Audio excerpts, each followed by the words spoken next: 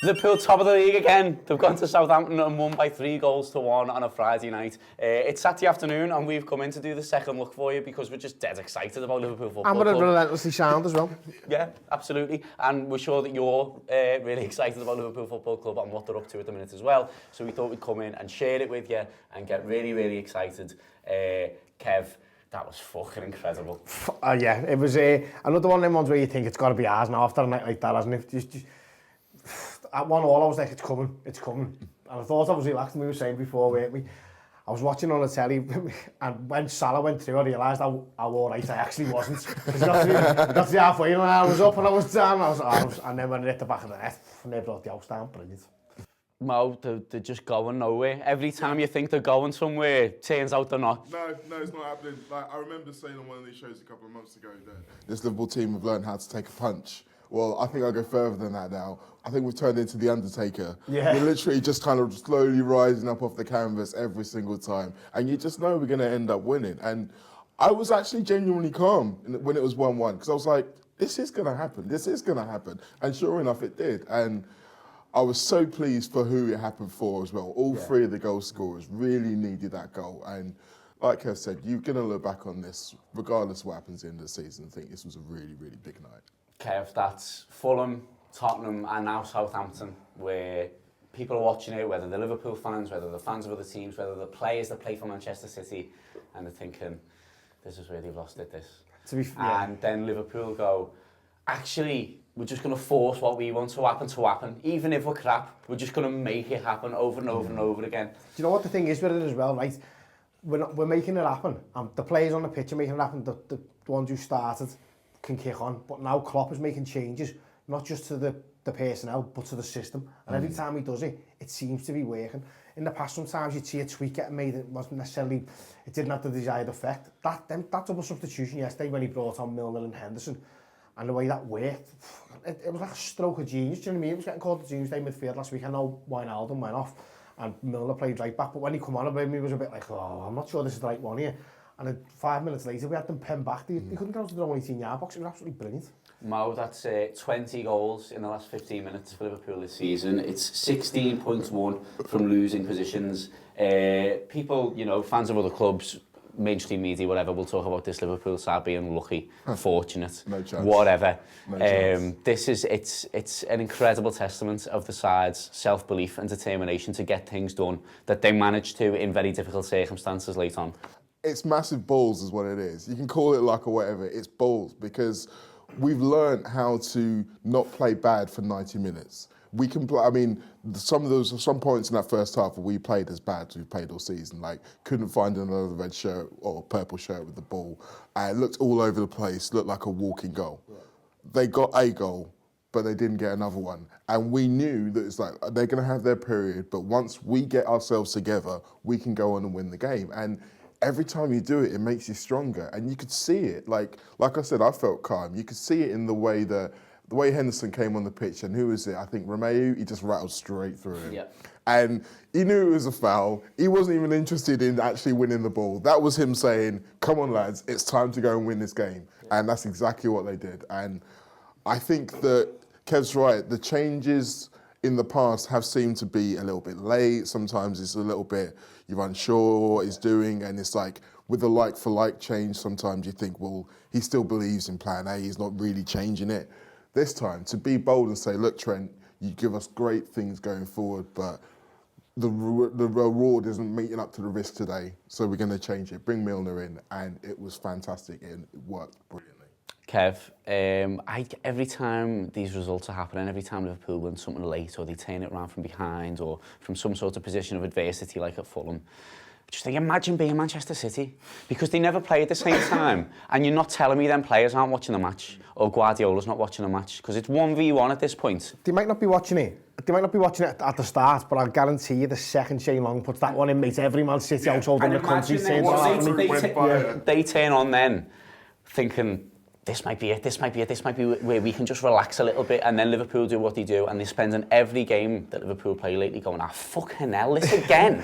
But they spend 90 minutes leading up to that fucking hell point going, this is it, is this a fucking joke, do you know what I mean? So I've read all sorts of Boston, Man City Twitter, honestly, keep it going, he's absolutely fantastic, I love you.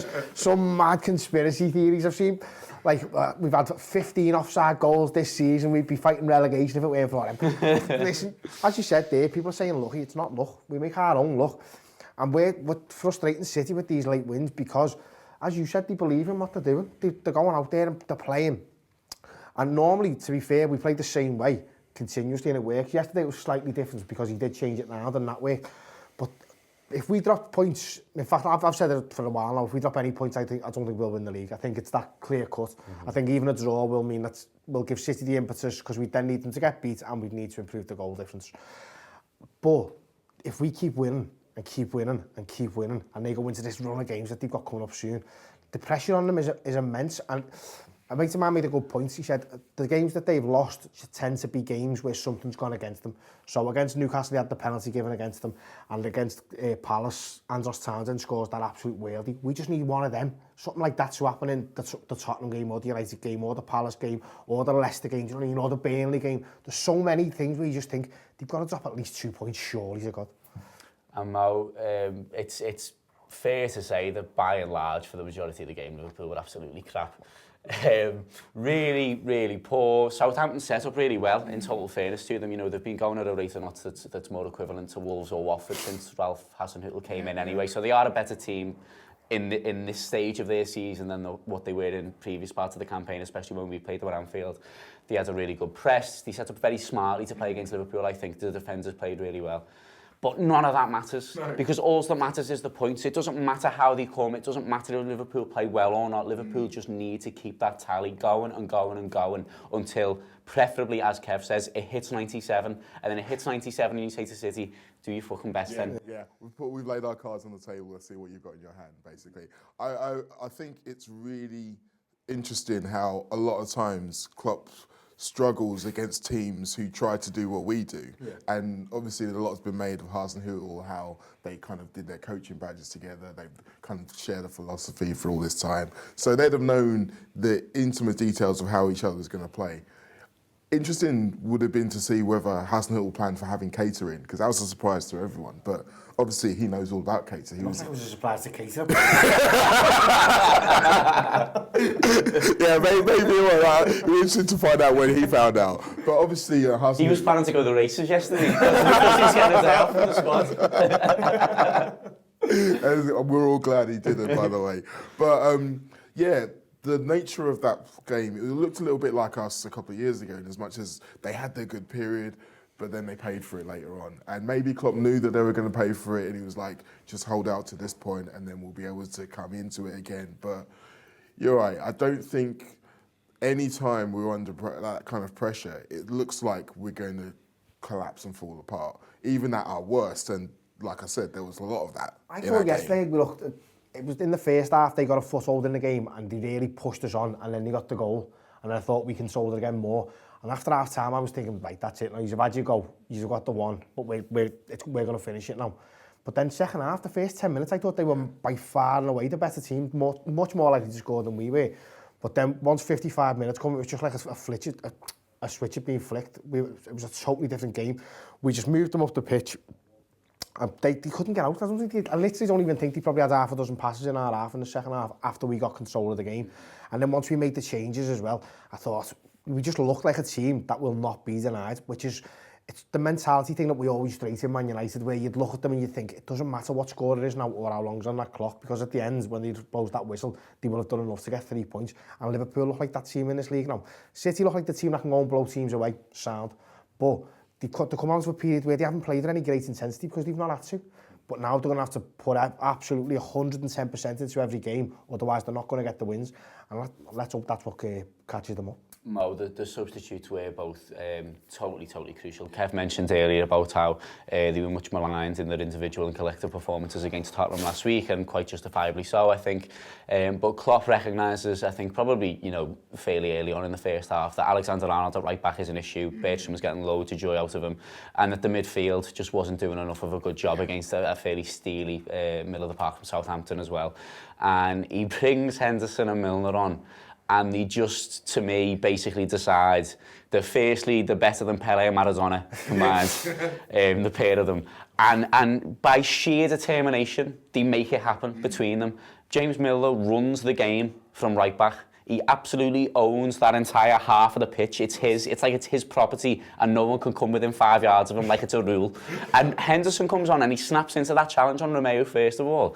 But aside from that, he never lets up. No one gets 1 or 2 seconds on the ball, because no matter where you're on the pitch, Henderson's on you.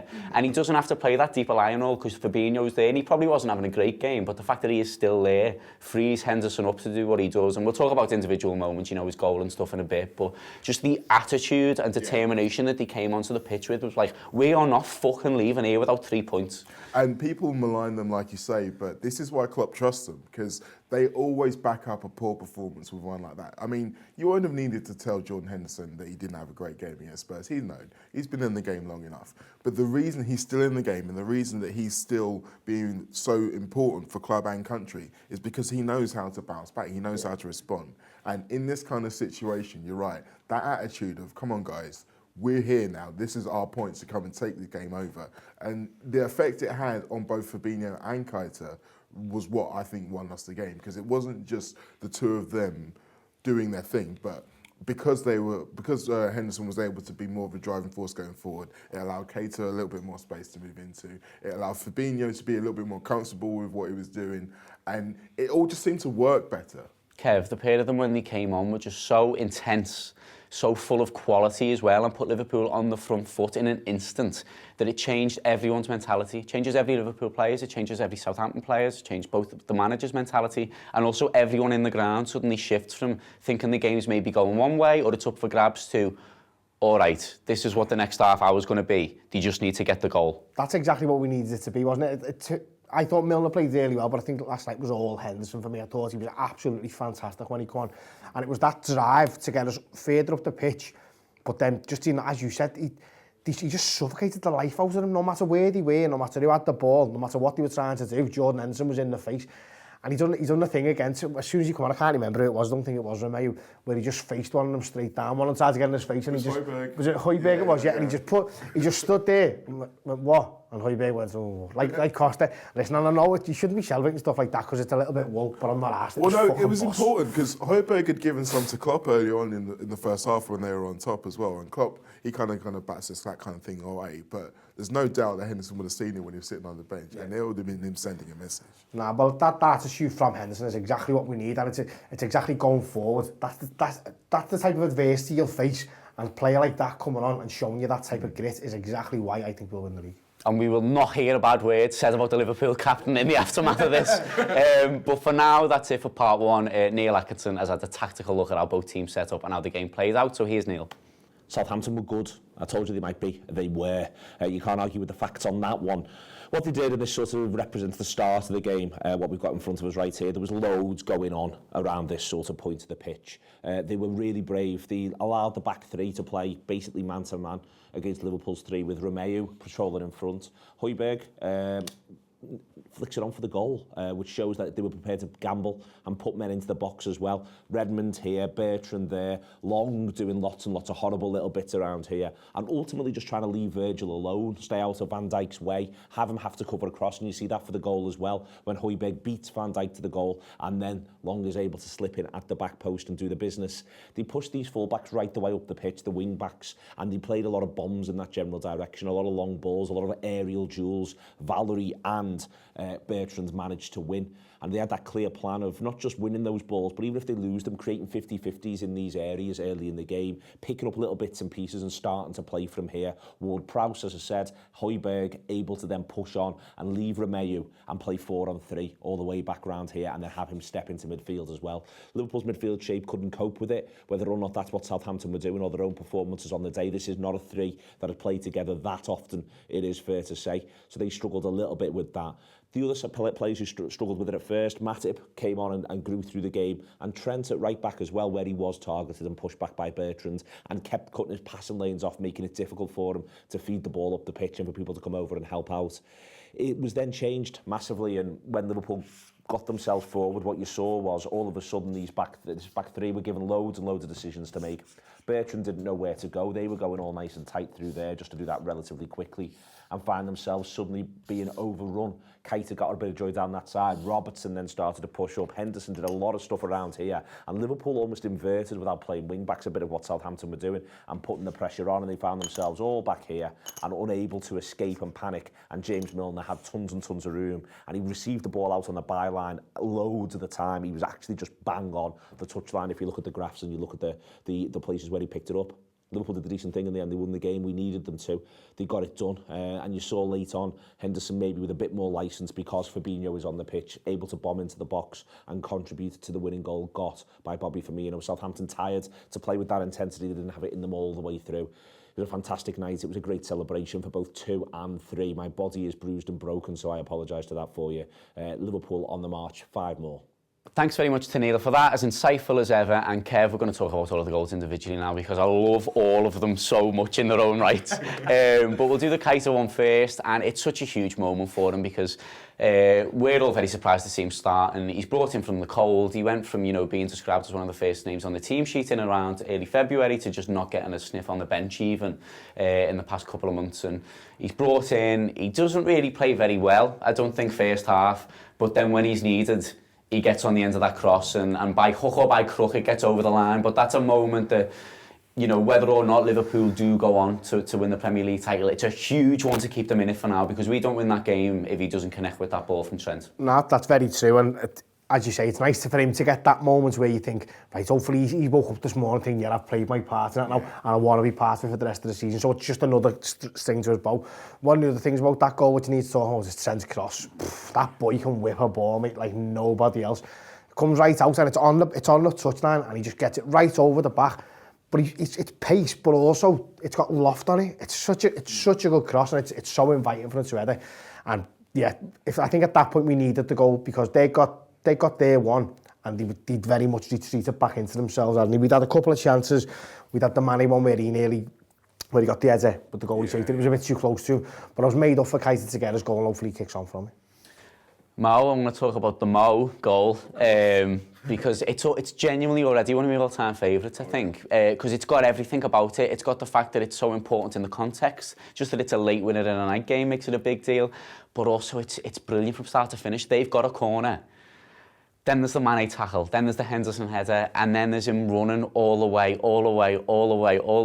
never releases the football, never releases it, even though you're desperately praying that he does. And he just sticks it in the corner so easily. It's just one of the best goals, and for a man who hasn't scored in 8, to just do one of his best ever, that very, very few other footballers on the planet could ever possibly do. It was just a brilliant moment. It's a piece of art, like you said, from start to finish. There's so many parts of it that just make me so happy to think about. And when you think about how he'd been struggling and how he'd been snatching at chances and how desperate, I think my favourite bit of it is the run from when he gets the ball to when he makes the shot. Because so much could be in his head. I mean, for starters, if he could hear the crowd, there might be some people saying, pass it.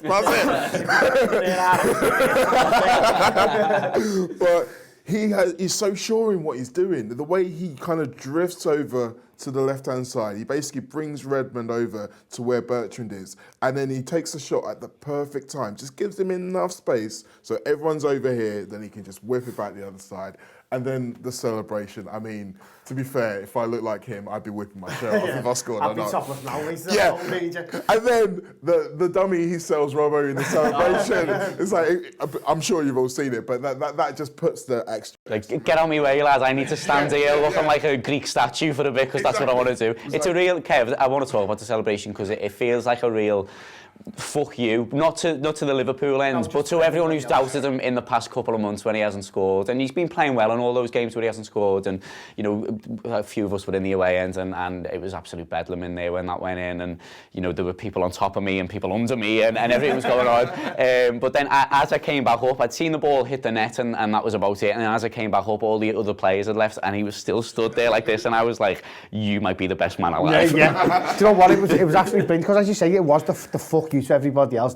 He had his little comeback, didn't he, after Tottenham last week, where he was saying about other people having the best season of their life and all that. And I thought that portrayed a little bit of he was not worried necessarily, but getting a bit pissed off the fact that he wasn't scoring. But then to Jude Allen for that goal. The other thing about the goal, you've got to mention is Mane's 50-50 tackle at the start of it is unbelievable. And Henderson's header is absolutely boss. I couldn't pass that like that with my feet. Well, you know what I mean? He's done it with his head as well, wasn't it? And he just basically managed to get in the right perfect position. It was such a boss goal at such a late period. Honestly, I thought the roof was going to go far out. Like, celebrating goals in the ground is unbelievable. Normally in the house you're a bit like, oh yeah, but I was like, fucking hell! It was unbelievable. Such a great goal from a great player. And again, it's just another one of the things you think, after scoring a goal like that, to get his 50 up, to get that monkey off his back, you're thinking now, right, that's it. He's going to kick on for the rest of the season, and there's going to be no stopping him. And Mo, I think an underrated aspect of that Salah goal as well is the Roberto Firmino run, which constantly, throughout the whole time, is putting a seed of doubt in Ryan Bertrand's mind. It means he can't go to Salah. It means when Salah shapes to shoot, he almost goes, all right, I'd rather let you have the shot because you've got to do something really good than leave him alone and he can just put it in at the back stick. And then he does brilliantly for the third goal as well, Firmino. So he's not so, you know, directly involved in the earlier bits of the match. I don't think, you know, technically it's not his best performance for Liverpool, but defensively he was brilliant. His work rate was as perfect as ever, and then the technique to set that third one up. When everyone's saying just win a corner here, lad, just kick it at the defender, to set that up, I thought he was great in the last 20 minutes or so. It was so good, and all of them, the front three, all play their part in different ways. And like you say, his defensive work is occupying of the defenders in that goal, and just in general, never kind of helped them expend more energy, so then they became more tired. And the assist for Henderson's goal, I think, is brilliant, because you look at it first and you think, how on earth has he even seen him coming? But you imagine Henderson absolutely screaming, Bobby!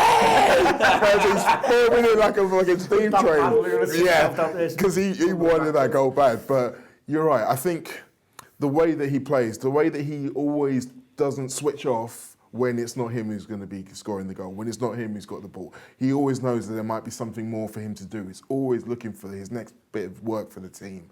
And that pays off in moments like this. And Kev, I watched the goal back on the train back from Southampton this morning. It was the first time I'd seen it. And and the thing that staggered me most about it is that on the original freeze frame, so once Matip's played the ball over the top and Firmino's picked it up, Jordan Henderson isn't in the frame of the picture. And Firmino's already got the ball, and he comes in like one of them Japanese bullet trains. It's the fastest I've ever seen a man run. And it looks so easy because it's just a tap-in the end, isn't it? But then he carries on the bullet train run for the celebration as well. And it's a brilliant moment for him. To be able to get a goal, firstly, because he doesn't get that many, because he plays a deeper line midfield role by and large. But also, again, he's had his doubters consistently over his Liverpool career. Certainly, again, they've piped up in the past few weeks. So for him to have that where he comes on and is the best player on the pitch, he's man of the match by a long way, Jordan Henderson. But to crown it with a goal is just great for him. Yeah, I was made up for him because Mo having his celebration as a bit of a fuck you to the rest of the world, that's fair enough. I think a bit of Henderson's celebration might have been a bit of a fuck you to our fans because there's a lot out there who don't like him.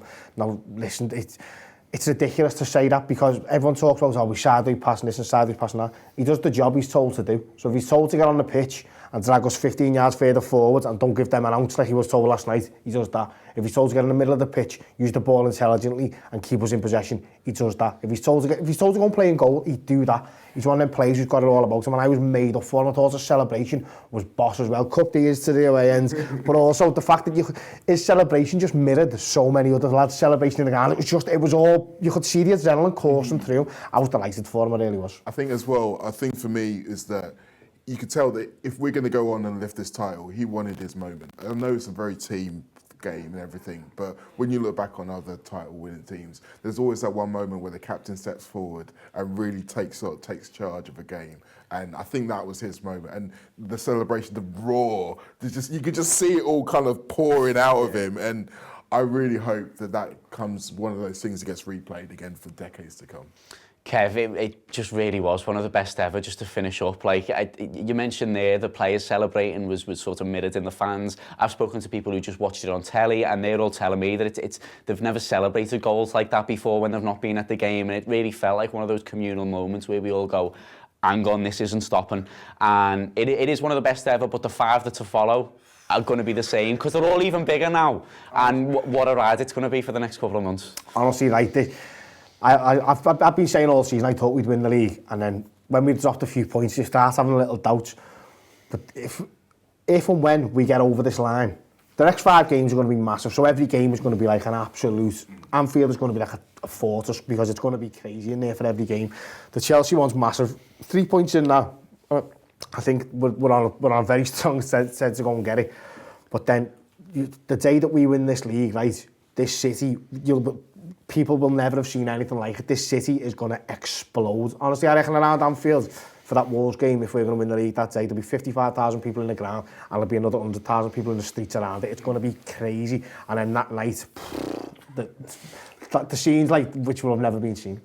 Right, 5 more bits of absolute insanity to go, and a European Cup quarter-final just a few days away as well. You cannot ask for more from these magnificent Reds. Hope you've really enjoyed this nice Saturday afternoon early second look. Don't say that we don't look after you at the Anfield Wrap. If you don't already, make sure to go to theanfieldwrap.com/subscribe. You'll be able to listen to all the post-match podcasts from Southampton, all the preview stuff for Porto, and everything for the rest of the season, because it's going to be absolutely brilliant, and this is the best place to share it. But yeah, hope you had a fantastic Friday night, whatever you did with it. I can promise you that Pop Whale Southampton was brilliant. If you were lucky enough to be there, hope you enjoyed it too. It was great when he put the Wenger boys on, wasn't it? But for now, thank you very much for watching. Thanks to Mo and to Kev for joining me. All the best and up the Reds.